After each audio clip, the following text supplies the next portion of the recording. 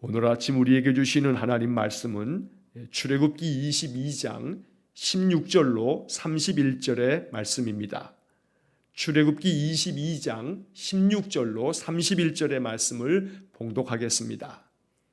사람이 약혼하지 아니한 처녀를 꾀어 동침하였으면 납폐금을 주어 아내로 삼을 것이요, 만일 처녀의 아버지가 딸을 그에게 주기를 거절하면 그는 처녀에게 납폐금으로 돈을 낼지니라. 너는 무당을 살려두지 말라. 짐승과 행음하는 자는 반드시 죽일지니라. 여호와 외에 다른 신에게 제사를 드리는 자는 멸할지니라. 너는 이방 나그네를 압제하지 말며 그들을 학대하지 말라. 너희도 애굽 땅에서 나그네였음이라. 너는 과부나 고아를 해롭게 하지 말라. 내가 만일 그들을 해롭게 함으로 그들이 내게 부르짖으면 내가 반드시 그 부르짖음을 들으리라. 나의 노가 맹렬함으로 내가 칼로 너희를 죽이리니 너희의 아내는 과부가 되고 너희 자녀는 고아가 되리라.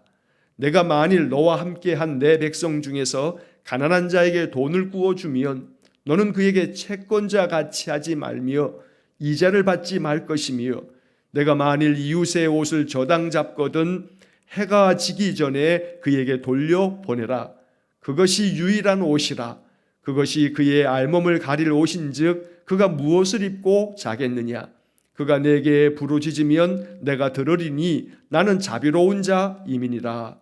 너는 재판장을 모독하지 말며 백성의 지도자를 저주하지 말지니라.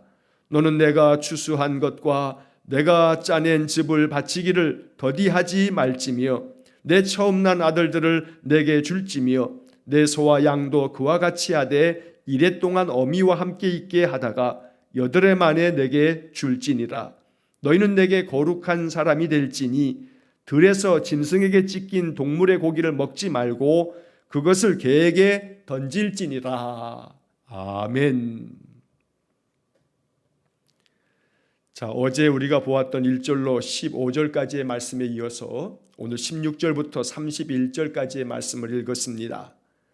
자, 출애굽기 21장과 22장 그리고 또 내일부터 보게 될 23장의 말씀까지 이 석 장의 말씀은 하나님께서 20장에서 10계명을 주시고 난 다음에 이 10계명에 대한 여러 그 외 법규들, 10계명을 지키기 위해서 필요한 10계명에 대한 해설서라고 이렇게 이해하면 됩니다. 10계명에 나오는 여러 말씀들에 대한 이 계명들을 우리가 어떻게 생활 속에서, 삶 속에서 지킬 것인가, 이 생활 속에서 일어나는 여러 가지 일들을 예로 들어가면서 이때는 이렇게 해라, 이것은 엄히 하지 말아라, 이렇게 하나님께서 이 법도를 말씀하고 계시는 겁니다. 지금 우리가 읽고 있는 출애굽기 21장에서 23장까지의 이 말씀은 이제 곧 이어서 우리가 또 보게 될 이 출애굽기의 뒤에 나오는 여러 규례들의 말씀들뿐만 아니라 이것이 레위기라든가 민수기, 신명기에 또 반복되어지면서 또 이것에 대한 더 구체적인 여러 율법과 또 많은 규례와 법도들을 하나님께서 말씀하시고 계십니다. 그래서 창세기서부터 신명기까지를 모세오경 또 율법서라고 부르는 겁니다. 자, 그런데 이 중요한 것은 모든 율법의 말씀들, 하나님께서 주신 이런 모든 율법은 아주 기본적인 또 최소한의 인간의 도리, 윤리를 가르쳐주고 있는 그런 말씀입니다. 여러분, 윤리라고 하는 것은 이것은 단순히 우리가 세상을 살아가는데 필요한 기본적인 어떤 덕목, 또 어떤 도덕적인 그러한 선한 삶, 이것을 말하는 것이 아닙니다. 이 윤리라고 하는 것은 하나님께서 사람을 이 땅에 하나님의 형상을 띠고 하나님께서 만드신 이 인간들에게 주신 하나님의 명령이면서 동시에 하나님의 축복이기도 합니다. 왜냐하면 윤리는 사람이 마땅히 행하거나 지켜야 할 도리를 가르치는 것이 바로 윤리입니다. 모든 생명들에게 다 윤리를 주시지는 않았습니다. 오직 인간에게만 인간이 마땅히 행해야 할 도리가 무엇인가, 바로 이것이 윤리인데, 이렇게 윤리적인 인간을 만들어 주신 것, 이것이 바로 하나님의 형상의 일부라고 말할 수 있는 겁니다. 그래서 인간은 존엄합니다. 온갖 세상의 많은 동물들, 모든 가축들, 이 짐승들은 본능적으로 본능에 의해 살지만 인간은 윤리에 의하여 사는 겁니다. 인간이 마땅히 행해야 할 일이 무엇인지 또 지켜야 할 도리가 무엇인지를 깨닫고 그것을 행하면서 살아갈 줄 아는 그러한 생명체가 바로 인간인 것입니다. 그런 점에서 이 율법이라고 하는 것은 인간의 윤리를 가르치는 하나님의 명령이고 하나님의 말씀입니다. 그래서 우리는 이 율법의 말씀들을 읽으면서 인간이 존엄함을 지키기 위해서 하나님의 형상대로 지음받은 인간이 보다 더 존엄한 존재가 되어지기 위해서 마땅히 행해야 할 일이 무엇인지 어떤 것을 지켜야 하는지 이러한 것들을 규정하고 가르쳐주는 말씀들이 바로 율법의 말씀이다. 우리가 이렇게 이해하고 이 말씀을 볼 때마다 이것은 3천여 년도 훨씬 이전에 고대 이스라엘 사람들에게 주신 이 계명의 말씀이지만 이 율법의 말씀이 오늘 이 시대 21세기를 살고 있는 우리들은 이 말씀을 어떻게 해석해야 하는가, 이 말씀이 담고 있는 뜻이 뭔가, 이 율법의 정신이 뭔가라고 하는 것을 우리가 깊이 묵상하고 이 율법의 정신을 가지고 살아가는 것, 바로 이것이 율법을 통해서 우리가 배워야 할 하나님 주시는 아주 귀한 생명의 말씀이 되는 겁니다. 자, 본문의 말씀을 보시면 16절의 말씀에 사람이 약혼하지 아니한 처녀를 꾀어 동침하였으면 납폐금을 주고 아내로 삼을 것이요. 17절 만일 처녀의 아버지가 딸을 그에게 주기를 거절하면 그는 처녀에게 납폐금으로 돈을 낼지니라. 자, 이것이 율법의 일부 조항입니다. 자, 이 16절과 17절의 말씀에서는 처녀들이 보호를 받아야 된다 하는 뜻이 여기 있는 겁니다. 사실 고대 세계에서 이 여자라고 하는 것, 여인들은 죄송한 말씀입니다만 이 고대인들의 세계관에서 그들의 사회와 문화 속에서는 여성과 아이들은 존중받아야 할 인간의 존엄함을 가지고 있다고 그렇게 이해하지 않았습니다. 결혼하지 않은 그러한 처녀, 여자아이들은 아버지의 재산으로 취급되어진 것이 고대 세계에서의 문화였던 겁니다. 자, 그런데 이 율법의 말씀에 의하면 사람이 약혼하지 아니한 그 처녀를 꾀어서 그와 잠자리를 같이 했다고 한다면 반드시 그 남자는 잠자리를 함께한 그 처녀를 아내로 맞이해야 한다라고 하는 율법을 하나님께서 명하신 것입니다.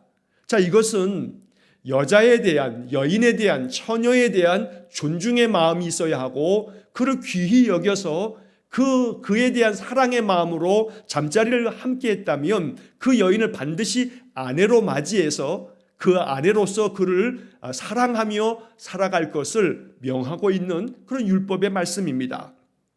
소위 말해 혼인을 빙자한 간음을 행하지 못하도록 명하는 것이면서 동시에 여기에 보면 납폐금을 주고라고 하는 말씀이 나오는데 사실 납폐금이라고 하는 이 단어는 우리가 일상적으로 사용하지 않는 그런 단어입니다. 원래 이 납폐금이라고 하는 이 말의 뜻은 혼인을 할 때 이 정혼이 이루어진 그 증거로 내가 이 사람하고 이제 정혼을 하고 이제 곧 혼인을 할 겁니다라고 하는 그런 약조를 맺고 난 다음에 신랑 집에서 신부 집에게 보내는 그런 예물을 납폐금이라고 이야기합니다. 개역 성경, 예전에 우리가 사용했던 개역 성경에서는 빙패라고 하는 그러한 단어로 이 말을 번역했습니다. 빙패라고 하는 말은 공경하는 뜻으로 보내는 예물, 이게 바로 빙패입니다.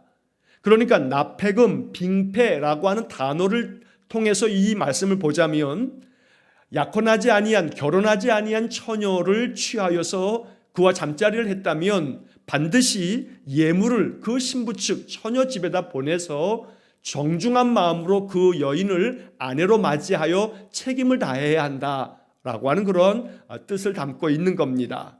세번역 성경이나 쉬운 성경에서는 이 부분을 신부의 몸값이라고 번역을 했습니다. 사실 이 번역은 그 당시의 문화를 통해서 보자면 몸값이라고 하는 그런 뜻으로 이렇게 번역되어져 있는 것은 그 고대 세계의 문화적인 배경을 담고 있는 번역이 되겠습니다. 그러나 오늘 우리가 가지고 있는 이해로 했을 때에는 몸값이라고 하는 이러한 것보다는 납폐금, 빙패라고 하는 말이 단어의 말은 참 어려운 단어긴 하지만 그 뜻을 생각한다면 납폐금이라고 하는 번역이 훨씬 더 좋은 번역이 될 것입니다. 그래서 여인을 그저 함부로 대하지 아니하고 그를 꾀어서 그와 함께 동침을 하였다면 반드시 아내로 맞이하여서 그를 사랑하고 존중히 여겨서 그 아내 되어지는 여인의 집에는 납폐금을 보내야 한다라고 명하고 있는 겁니다.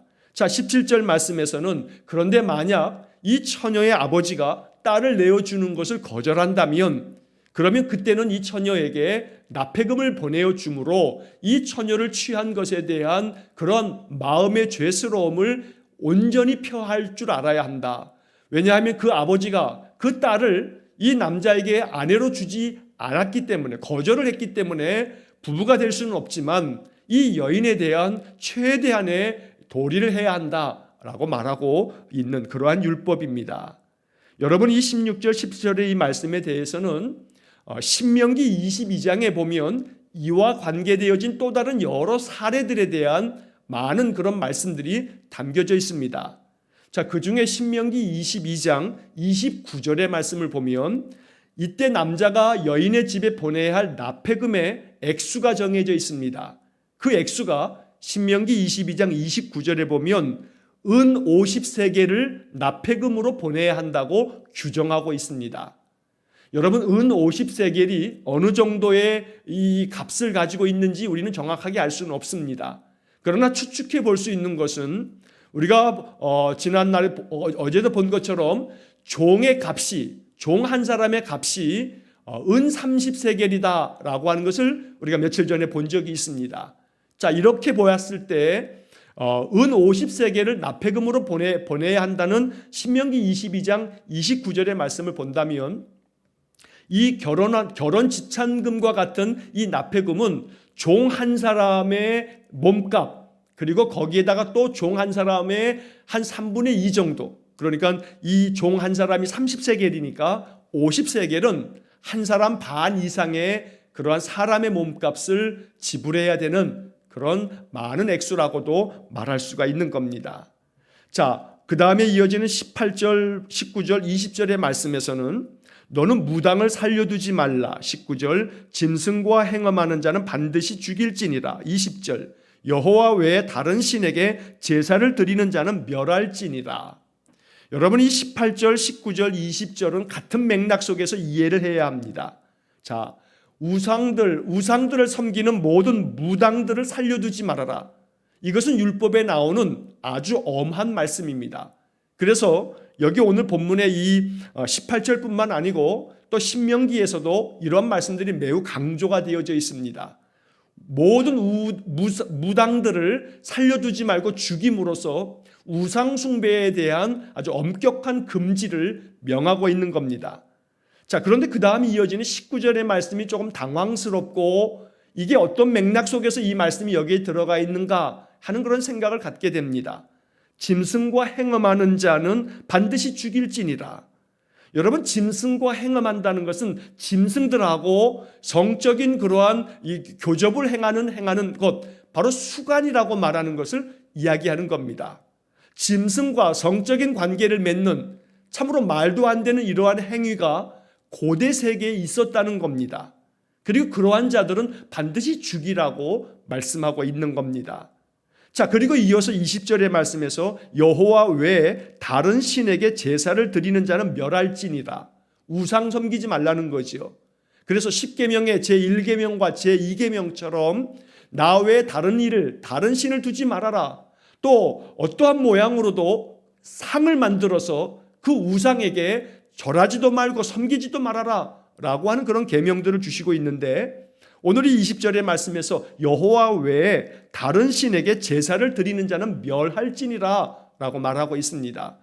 자, 이러한 말씀 속에서 우리는 19절의 말씀을 다시 한번 우리가 생각해야 할 것은, 이것은 바로 이 이스라엘 백성들이 애굽에서 400년 동안의 종살이를 하면서 애굽에서 가지고 있었던 종교 문화가 바로 이 속에 담겨져 있는 그런 말씀입니다.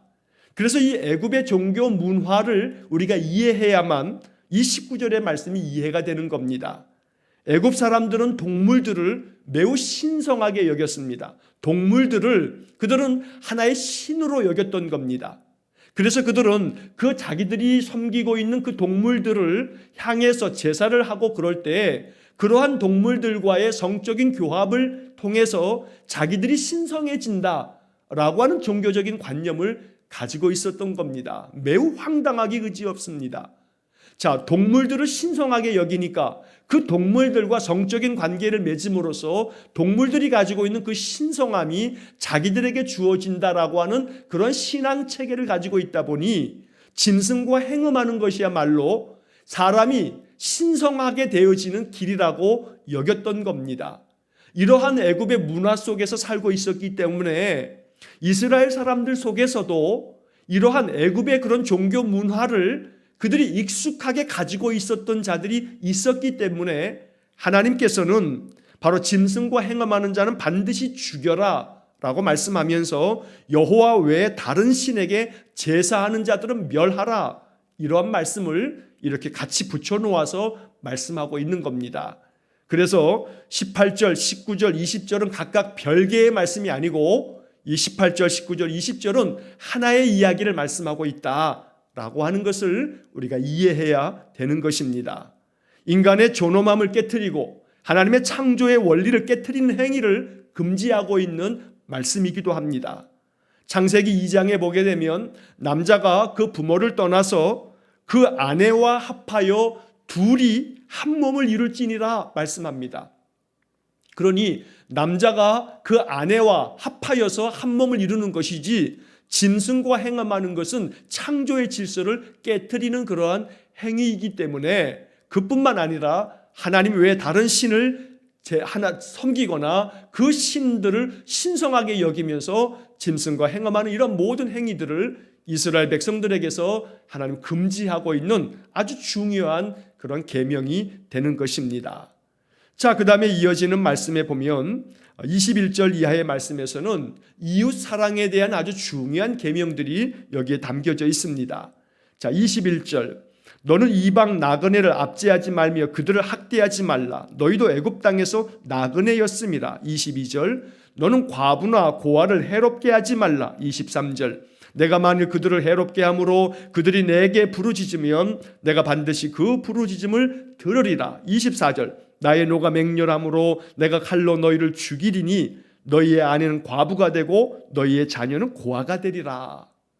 여러분이 21절에서 24절까지 나오는 이 말씀은 우리가 레위기나 또 민수기, 신명기를 계속해서 읽게 되어질 때 이 율법서 안에 담겨져 있는 매우 중요한 율법의 정신입니다. 이것을 한마디로 이야기하면 약자들에 대한 보호법이라고 말할 수 있는 겁니다. 더 넓게는 이웃 사랑을 실천하라고 하는 말씀이기도 합니다.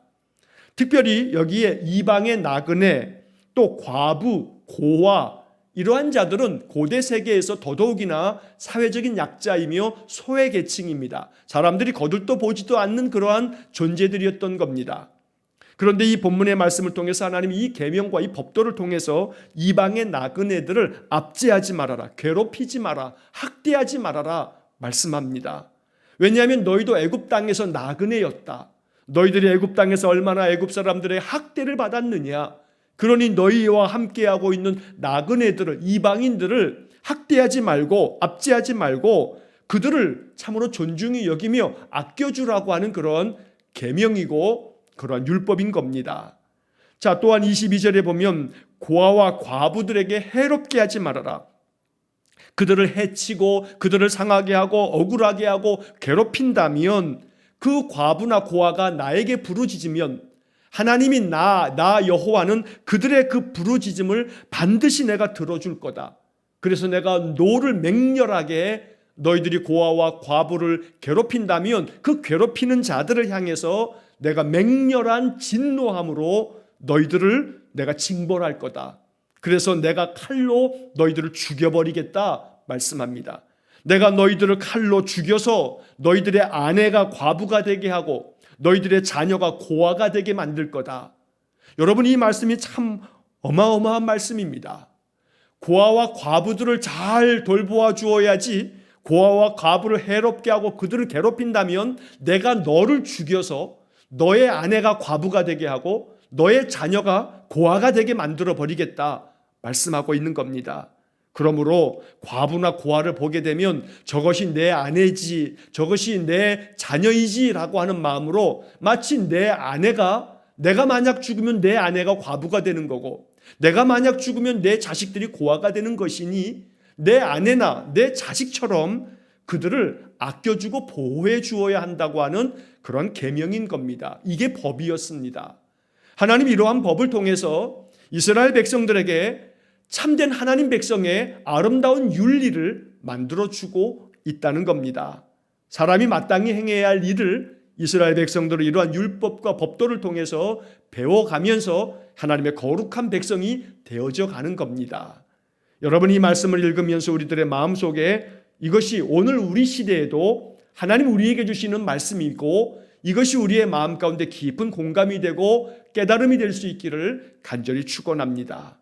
이방의 나그네라 함은 오늘 우리 사회에서도 많은 외국인 노동자들이 이 땅에 들어와서 열악한 우리 한국 사람들이 하지 않으려고 하는 3D 업종에 그들이 종사하면서 많은 어려움들을 겪고 있습니다.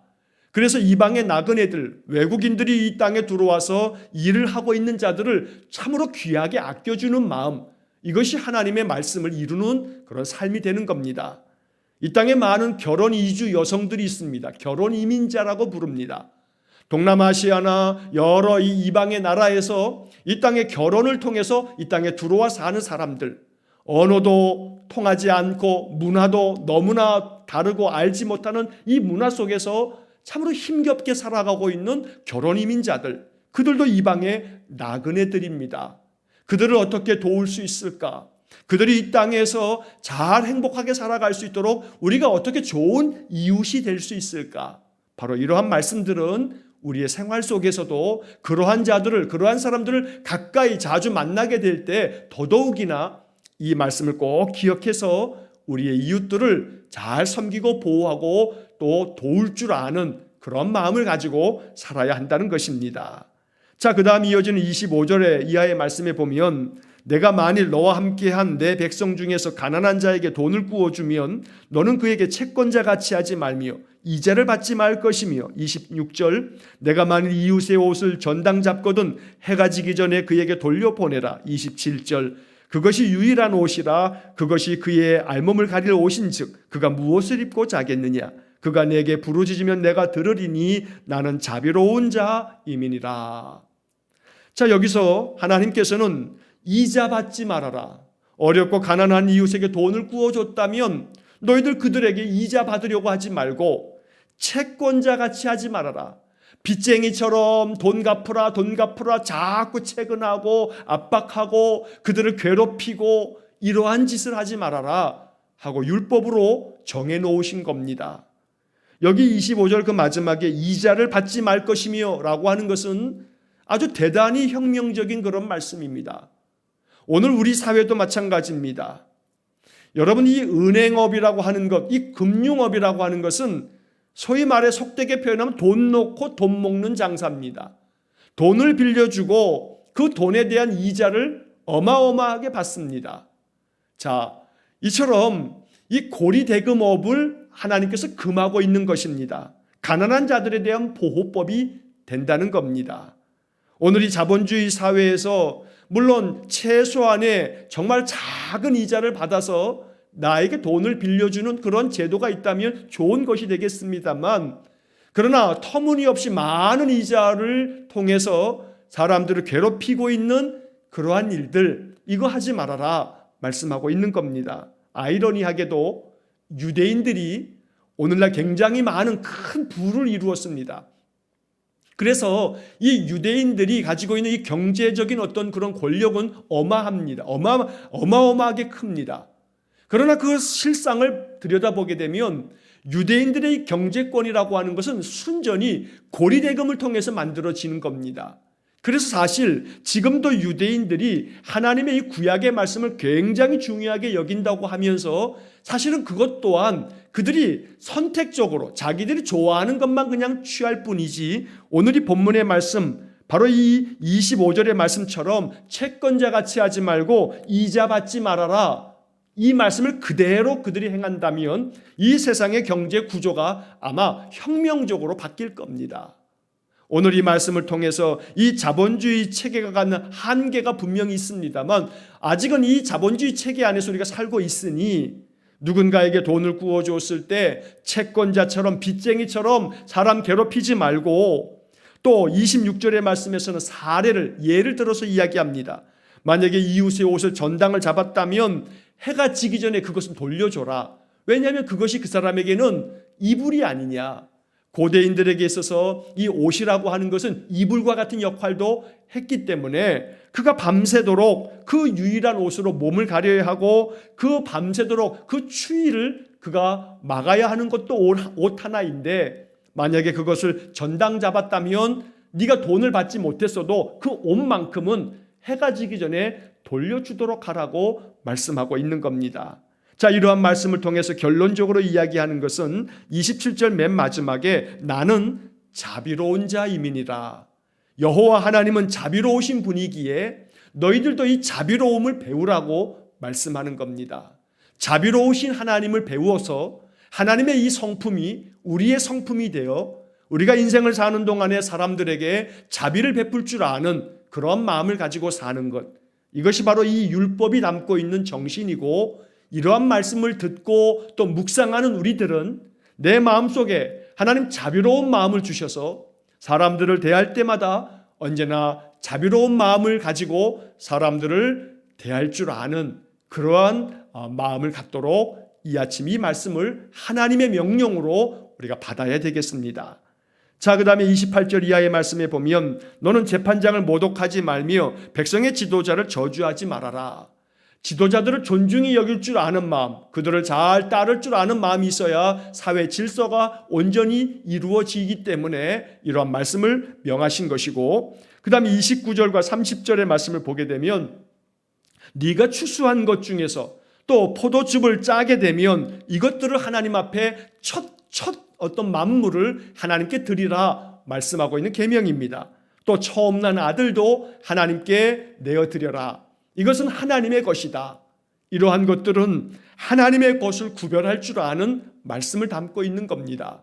내게 주어진 모든 것들이 내가 수고함으로 얻은, 그저 내가 힘썼기 때문에 내가 얻은 것이 아니라 이 모든 것들은 하나님이 내가 수고한 것들을 결실하게 만든 것이니 이 모든 것이 하나님의 것임을 고백할 줄 아는 마음을 명하고 있는 겁니다. 나중에 다른 본문에서 이러한 말씀을 또 한번 드리겠습니다만 우리가 11조 헌금 생활을 하는 것도 여기에는 신앙 고백이 담겨 있는 겁니다. 신앙의 훈련을 우리에게 명하시고 있는 겁니다. 내게 주신 모든 것들이 다 하나님께로부터 온 것인데 이 중에 내가 어떠한 것을 정하여 하나님께 이것은 하나님의 것이었음을 고백하는 그런 영적 훈련을 말씀하고 있는 겁니다. 자, 이렇게 말씀하시면서 31절에서 너희는 내게 거룩한 사람이 될지니 라고 말씀합니다. 하나님은 우리에게 이것을 요구하는 겁니다. 율법을 통해서 우리에게 명하시는 것은 이 율법을 행함으로 인간이 마땅히 행해야 할 윤리를 배우고 이런 윤리적인 삶을 통해서 하나님 앞에서 거룩한 사람이 되어라 말씀하고 있는 겁니다. 단순한 도덕적 인간이 아니라 이것을 뛰어넘어서 하나님의 거룩한 백성이 되어서 하나님의 성품을 닮아서 하나님의 마음을 가지고 살아갈 줄 아는 삶, 이것이 바로 거룩한 삶이고 너희들은 내가 거룩하니 너희도 거룩하라. 그러므로 너희들은 나에게 거룩한 사람이 되어라 라고 하는 말씀을 이 모든 율법을 통해서 명하고 있는 겁니다. 오늘도 우리의 삶이 거룩한 삶이 되기를 원합니다. 하나님 앞에서 거룩한 사람이 되어지기 위해서 말씀을 통해서 말씀이 주는 교훈을 내 마음속에 받아들이고 이 말씀을 나의 삶 속에 어떻게 이루어 갈 건가 마음 깊이 기도할 수 있는 그런 믿음의 삶이 되어져서 하나님의 은혜와 축복이 우리의 삶에 더 넘치게 주어지는 귀한 복된 삶이 되어지시기를 간절히 축원합니다. 기도하겠습니다. 사랑과 자비가 풍성하신 하나님, 하나님은 자비로우신 분이시며 거룩하시기에 우리가 하나님의 이 거룩함을 배우고 하나님의 자비하심을 배워서 인생을 살아가는 동안에 마땅히 인간으로서 행해야 할 도리와 그 모든 덕을 베풀 줄 아는 삶을 살게 해 주옵소서. 그리하여 거룩한 하나님의 백성으로 하나님의 거룩한 성품을 가지고 인생을 살아감으로 우리의 삶 자체가 하나님 앞에 크게 영광된 삶이 되고 하나님 기뻐하며 축복하는 삶이 될 수 있도록 우리 성도들을 말씀으로 늘 교훈하시며 말씀을 삶 속에서 실천하며 행할 줄 아는 그런 지혜와 용기 또한 허락해 주옵소서. 오늘도 한날의 삶을 주님께 의탁합니다. 주님 우리와 동행하시며 우리 성도들의 모든 삶을 굳건하게 지켜주옵소서. 예수님 거룩하신 이름으로 기도하옵나이다. 아멘. 우리 구주 예수 그리스도의 은혜와 하나님 아버지의 극진하신 사랑과 성령의 교통하심이 나는 자비로운 자임이라 주의 말씀을 따라 언제나 자비하신 하나님을 배우고 하나님의 뜻을 이루며 그리하여 거룩한 백성, 거룩한 삶이 되어지기를 소원하며 또한 기도하는 머리 숙인 귀한 성도들 위해와 저들 가정과 온 가족들 위해 우리 성도들의 모든 인생의 삶 속에 이제로부터 영원토록 함께 하시길 간절히 축원하옵나이다. 아멘.